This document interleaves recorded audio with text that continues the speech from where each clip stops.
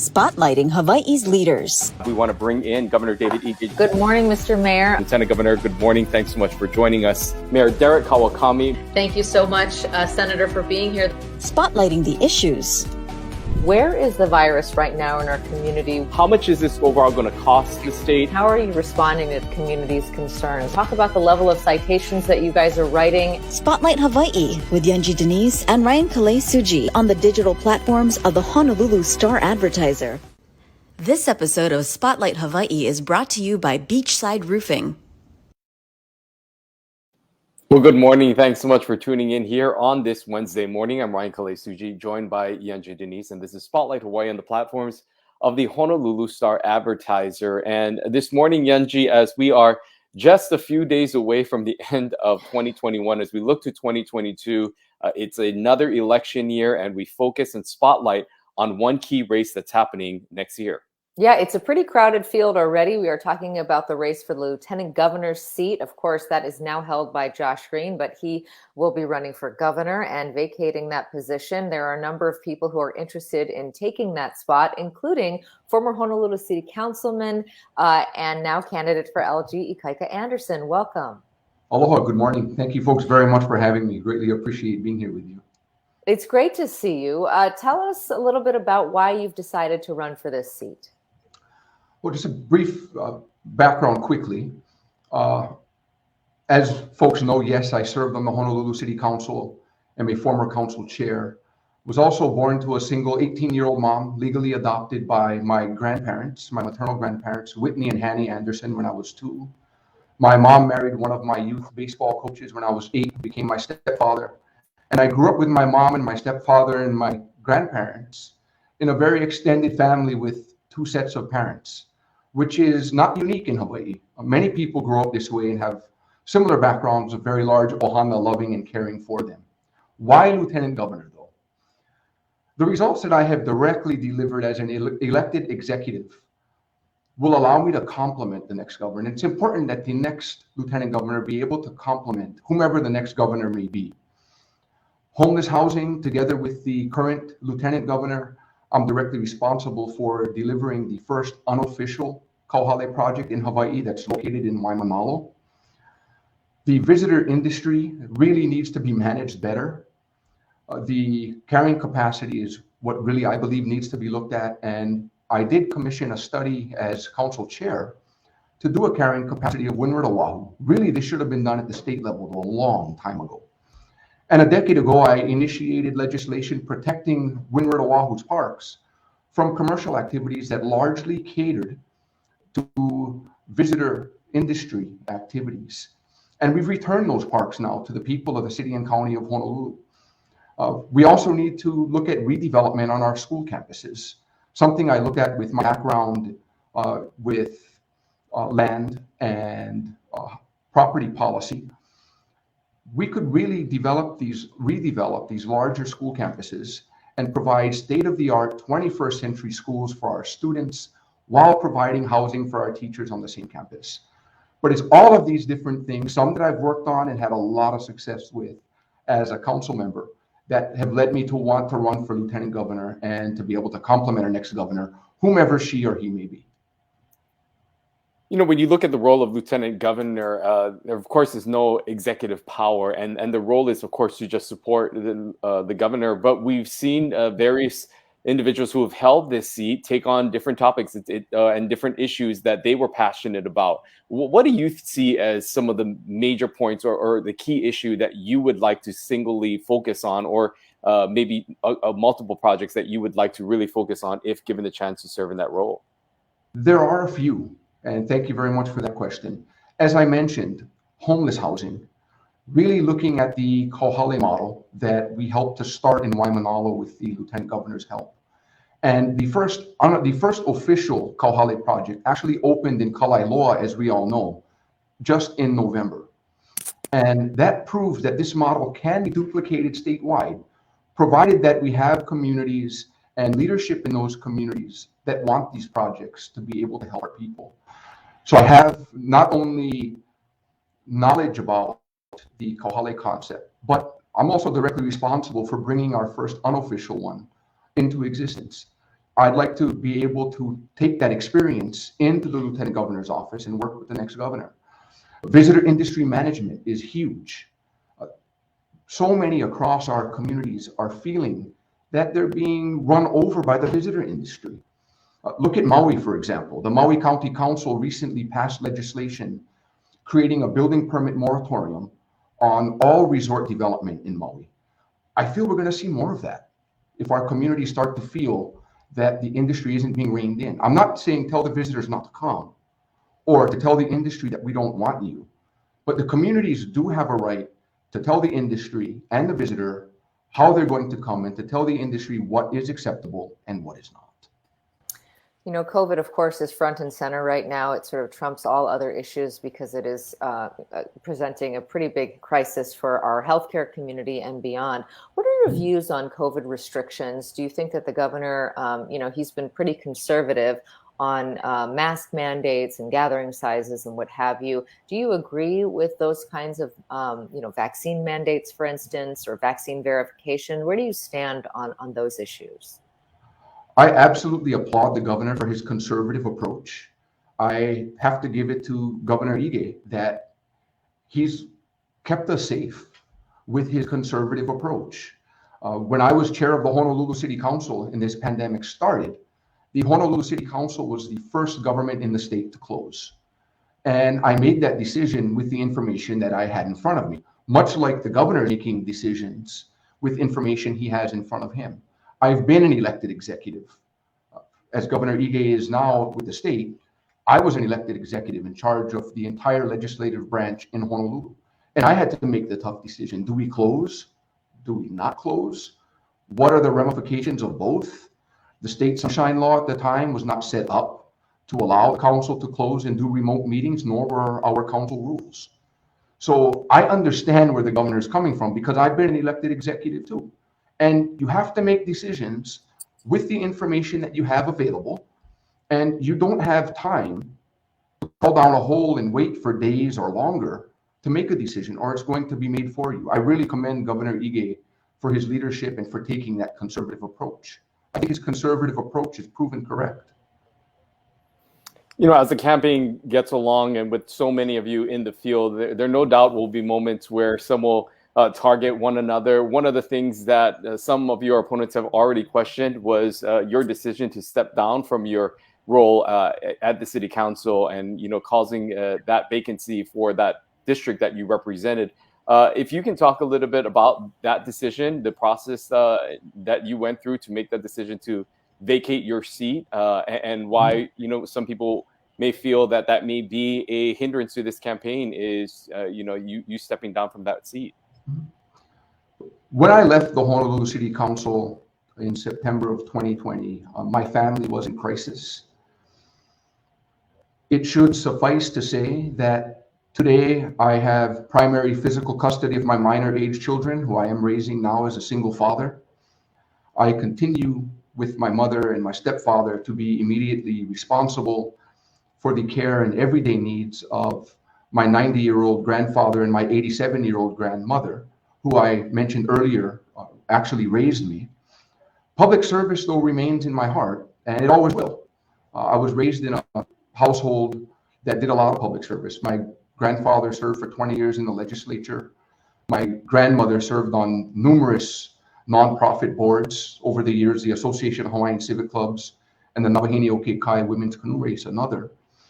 But my ohana is comfortable. My kupuna are now vaccinated. We've gotten them their boosters. My children are now thriving at home, living with me as their primary legal guardian. And with that, I'm asking the community for another opportunity to return to public service because I really see a need in the Lieutenant Governor's office for an experienced elected executive. Let's talk a little bit about that. The distinction between you and some of your opponents, of course, is that there are some people running who have had a lot of political experience, and there are people like Keith Amamiya, who comes to mind, who's a business executive without political experience. What are your thoughts about what are the qualifications for this job and why your experience on the council and beyond make you uniquely qualified? Really, it's not just elected experience. I've been an elected executive, as I touched upon a few minutes ago. And there really is a difference. When COVID started, there was no playbook to follow. And I had to make decisions for an entire legislative branch that represented more than 1 million people in Honolulu with upwards of 150 employees. In the pandemic, we had an outbreak of COVID in the city clerk's office. So the question came to me, okay, Ikaika, now what are we going to do? I had Dr. Scott Miskovich and his team on the ground within 3 hours of me learning about the outbreak, testing all of our legislative branch employees who wanted to be tested, to give them that level of assurance that they were going to be safe, and for anyone who tested positive, so that they could go ahead and isolate. We also opened up testing to the executive branch of government and invited Mayor Caldwell to take part as well. So it's that elected executive experience that really, really gives me much more experience in going into this executive role as Lieutenant Governor. I'd also like to point out, for much of my experience on the council, I was a vice chair. So I don't need to be the starting running back on the team to be effective. I was a starting running back on the council's team as the vice chair, and I'm looking forward to becoming the starting running back in the next state administration as a lieutenant governor. I can still get the job done. With such a crowded field and with some of the restrictions that COVID has presented, it really has changed the way and the dynamics of campaigning as we know it in the traditional sense. How do you feel you will need to be campaign in order to be the most effective, given these new restrictions and given the fact that you are now running a statewide race rather than a council district? I love retail campaigning, and I feel that it's really one of my strong points, getting out into the community and being able to talk to people. Yes, COVID has put some restrictions on that, but I must say, I've been to Kauai a handful of times. I've been to Maui a few times. I've been to Hawaii Island a few times. And in making these trips to the neighbor islands, really getting to see some of the more rural areas of our state. And really, I feel that's what's going to win this race, is being able to get out into our communities and touch people from Hanalei to Kahului to Kamuela on Hawaii Island to Kaunakakai in Molokai and Lanai City on Lanai. That's really what this is going to take. And if you look at the friendships that I've built across our state, people that have really come out of the woodwork to assist us, former county officials and current county officials as well across the state, who have introduced me to some of their families and their friends. But I've really done more than forge just relationships. These are true friendships that I've made with people. And that's really going to power our campaign. It's going to be a people campaign. One of the issues, of course, that is plaguing our state is what's happening at Red Hill right now. What are your thoughts on that situation? And do you think those tanks should be permanently decommissioned? If I may just take off my candidate hat, if I may be permitted to do that just for a few seconds. Red Hill is an emotional issue for me. My son-in-law, who serves in the U.S. Navy, and my daughter live in housing right there. I've had extensive conversations with them. Fortunately, they're both still able to remain in their homes. But I've got to ask the U.S. Navy exactly what they're thinking. I think the tanks should be drained, yes. And I think it's time to move those fuel facilities elsewhere, not 100 feet right above an aquifer. But for the Navy to actually contest the State Department of Health denial of their permits, I got to ask the Navy and our military secretaries, if these were your children, your sons and your daughters, what would your actions be then? Then what would you do? And we also have to remind ourselves, we're in also a housing crisis. If for whatever reason, this housing area turns out to be not feasible for people to live in anymore, what's going to happen to all of the personnel living in those military homes? Fortunately, my son-in-law and my daughter could probably return home with me, at least for a little while. But everyone else then likely gets turned loose into our communities and looks for housing with the rest of Hawaii's people. That's not acceptable. So I'm hoping the Navy will step up, but really look at this as if their own children were affected. Unfortunately, we are out of time, but before we let you go, we did want to just allow you one final comment and one final message that you may have out there for those who are making their decision of who to support as we enter this election cycle. And your final message this morning. Well, again, I'd like to thank you folks so much for allowing me the opportunity to be here with you this morning and talk story for a bit. I would encourage anyone who's looking for more information on my candidacy to please go to our website at www.ikaikaanderson.com. Our email is ikaika@ikaikaanderson.com, and our phone number 808-259-2022. Look forward to talking with people more as we get to move across our state. Our campaign will truly be Hawaii heart and soul. And I thank you folks very much for your consideration. Aloha and happy holidays. Happy holidays to you. Thank you so much, Ikaika Anderson, now candidate for Lieutenant Governor, for joining us this morning. We appreciate it. Aloha. Aloha. And joining us now to talk about this race and the governor's race and politics overall is UH Professor Emeritus and political analyst Neal Milner. Good morning, Neal. Good morning. Okay, so tell us what you thought about what you just heard. Well, I think he started a little bit stilted. If you want, let's just look at some of the technical stuff. He started a little bit stilted. He got involved with his biography, which is very important. And then he did too much policy listing. But I think as he went on, you got a nice sense of what he's like, or what he wants you to think he's like. And he combined that with the kinds of policy questions that he had. I thought that from the standpoint of presenting himself to the public that's watching this, he did a pretty good job. He's the kind of guy who is so enthusiastic and so likes to talk about his stuff that it's easy for him to just keep rolling along. I think he felt that in his eternal clock as he went along. And I thought by the end, not just talking about Red Hill, but by the end talking about some other sort of stuff. You don't get much policy details in 15 minutes. That's not what this is about. But that's my overall assessment. You know, when you look at this race as a whole, we're seeing a number of different candidates, 5 that are planning to run that we know of right now. We don't know that there may be others that are still waiting in the wings. What do you think is going to be the important factor for one of these candidates to sort of step out in front with such a crowded field? Well, the honest answer is that there's no way of knowing right now because people are not paying much attention to the lieutenant governor's race if they ever do. So let's start with that. I think that the old-fashioned name recognition is important. You know these people by name. I know these people by name. Believe me, we're in the minority in regard to the average thing.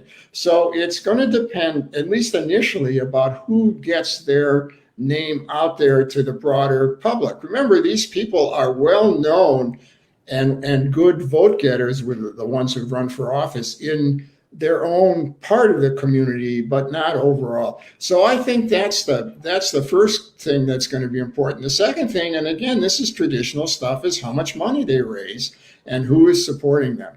That's generally overrated because people think it's definitive. It's not definitive, but it's important. Now, you notice that Ikaika did not talk about the fact that he's got some heavy hitter politicians and ex-politicians supporting him, including Neil Abercrombie. You don't necessarily want to talk about that when you're trying to construct a biography of yourself as a man of the people, as a local person, as a person who can go outside of politics. But that certainly is another important factor. After that, frankly, who knows? There is really no way to say definitively what's the right thing to do in a multiple party race among people who have never run for this office before. So I think that's a long-winded way of saying we don't know yet, but we really don't know yet. And we don't want to fill this with the kind of gossip and side of the mouth talking that gets carried out about who really is in the forefront. When you look at this role, this office, it really depends on the person who has it. They kind of make that job for themselves. You look at a Ben Cayetano, a Shan Tsutsui, a Josh Green. They're all so different in what they bring to this office. What do you think the expectations of the public for this office are, and how has that shifted over time? Well, I think maybe it shifted over time because of, at least partly because of COVID, because Josh Green, who is not exactly a shrinking violet anyway, had no trouble becoming involved in the COVID thing because in many ways he was the smartest guy in the room, and because he's a doctor and is very interested in it. That may set some expectations about what we expect out of lieutenant governors. So I think from the public standpoint, if you ask the average person what they want the lieutenant governor to do, they're likely to say things that in some ways the lieutenant governor candidates say that they want him to carry out certain policies. Well, that's not really the role of the lieutenant governor. I think that one of the things that you want the lieutenant governor candidate to do from the public standpoint is to be a decent person, is to be a person who doesn't seem to want to cause trouble, and a person who doesn't seem to be rocking the boat when he or she is campaigning. So I think that's the main thing. I think that, on the other hand, the fact that there is almost no list of powers that the lieutenant governor has, and the list is not very important. It's not really very important that the lieutenant governor acts as the acting governor, because that's generally fairly routine. I think people are willing to tolerate lieutenant governor candidates who use their initiative, or they think will lose their initiative when they get elected to office. You named a list of lieutenant governors who got along all right. I think there are different models here. I think in the case of Ben Cayetano, he and John Wahe worked together, and there was a certain assignment that Cayetano got in terms of the A+. In other kinds of situations, the governor and lieutenant governor just goes off on his own or her own, understanding that you don't want to push too far against the governor. Although Macy Hirono did that and got some kind of pushback early on. So with the exception of Tsutsui, who was a sort of interim appointment that didn't work out very well, we have a lot of latitude here. And people, I think, can begin to understand that latitude and are looking for someone who's trustworthy. One other comment: nobody who's ever run for lieutenant governor is ever going to say that this is the epitome of my life, that since I was small kid time, I aspired to be a lieutenant governor. It's a stepping stone. And it's a stepping stone, particularly in Hawaii, because there aren't many other stones to step. If you think of important national offices here, Congress, the Senate, we only have 2 congressional districts. Mayoral races are kind of high profile, but generally in particular locations. It doesn't necessarily carry over.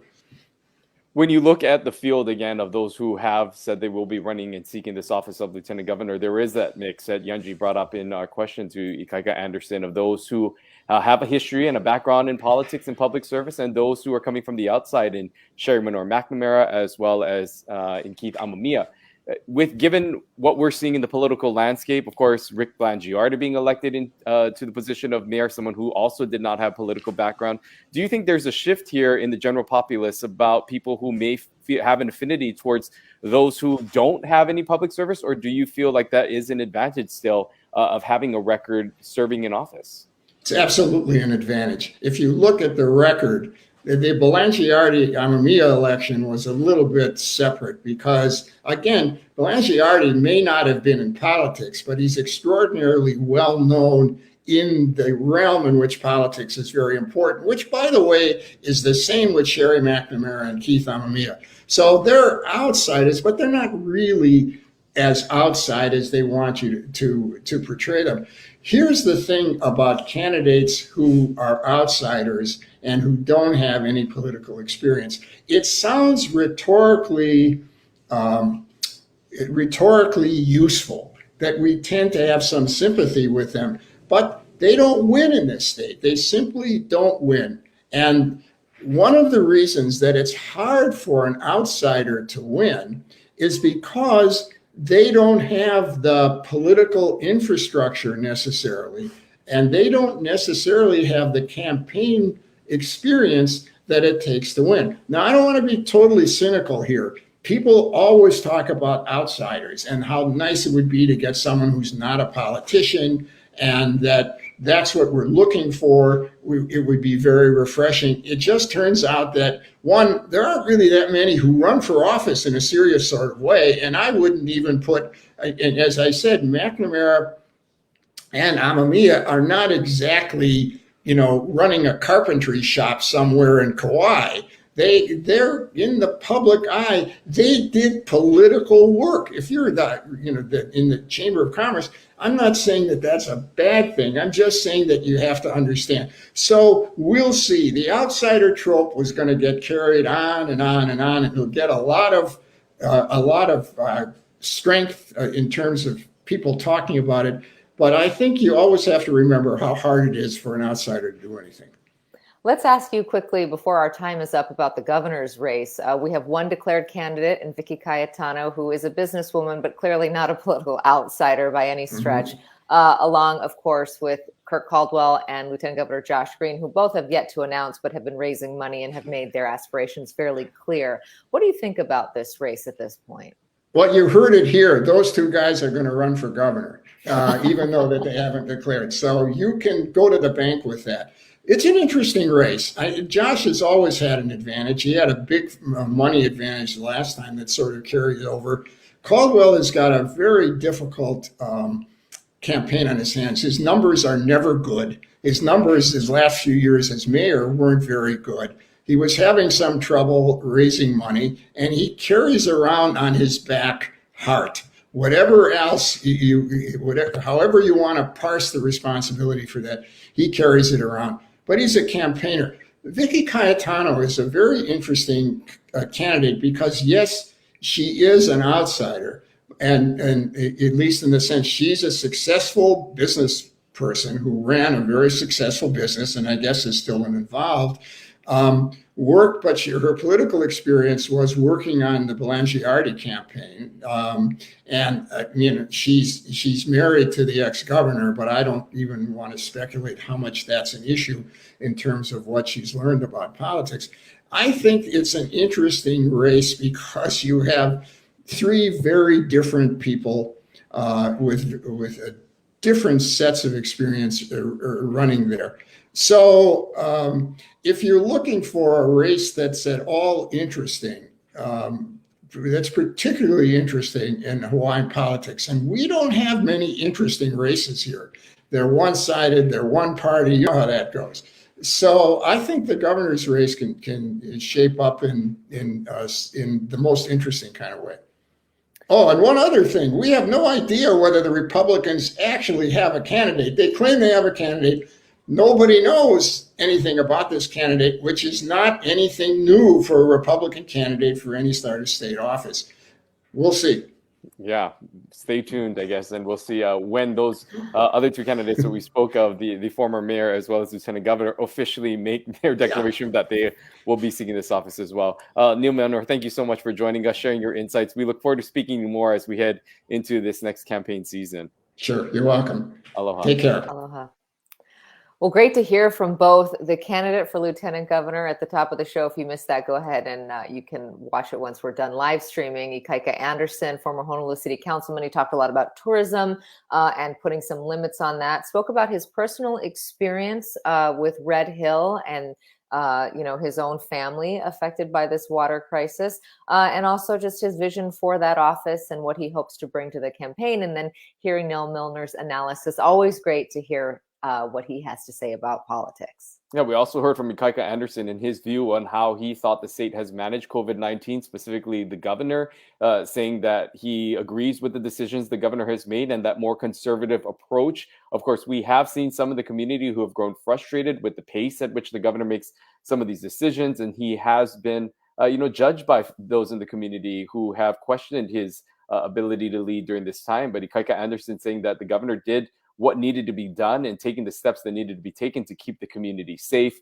Also speaking from his experience as an executive elected official serving in that leadership capacity on the Honolulu City Council, that he believes will help him to fit nicely into this role of lieutenant governor. But again, it is a crowded field. He said he's looking forward to expanding beyond just a council district campaign to a statewide campaign, something that no doubt will need to happen for all of these those who are seeking this office with this statewide campaign, and with it being such a crowded field.